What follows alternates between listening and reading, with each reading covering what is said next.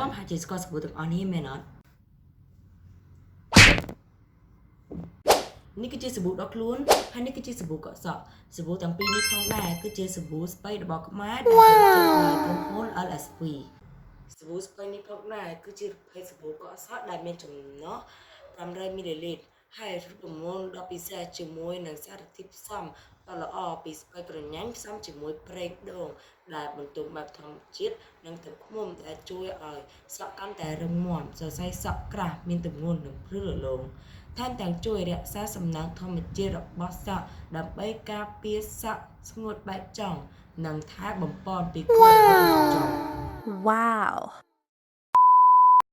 ការរួមបញ្ចូលរវាងសារធាតុផ្សំធម្មជាតិដ៏ល្អជាច្រើនទើបសាប៊ូស្ពៃសម្អាតស្បែកក្បាលបានល្អ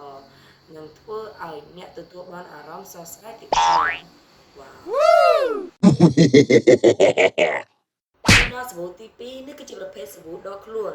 ដែលសាប៊ូដកខ្លួននេះគឺមានចំណុះ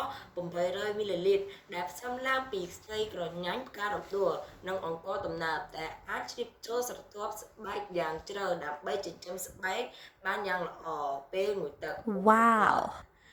ប្រើជាប្រចាំថ្ងៃសារធាតុចិញ្ចឹមរបស់ស្ពៃនិងអង្ករដំណើបនឹងជួយបង្កើតកោសិកាស្បែកថ្មីពីស្រទាប់ខាងក្នុងដែលធ្វើឲ្យស្បែកស្អាតសជាមួយក្លិនក្រអូប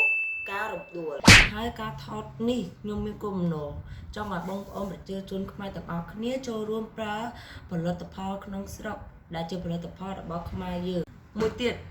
ចំពោះបងប្អូនខ្មែរដែលត្រូវការសាប៊ូស្ពៃនេះអាចតាក់ទងតាមលេខទូរស័ព្ទ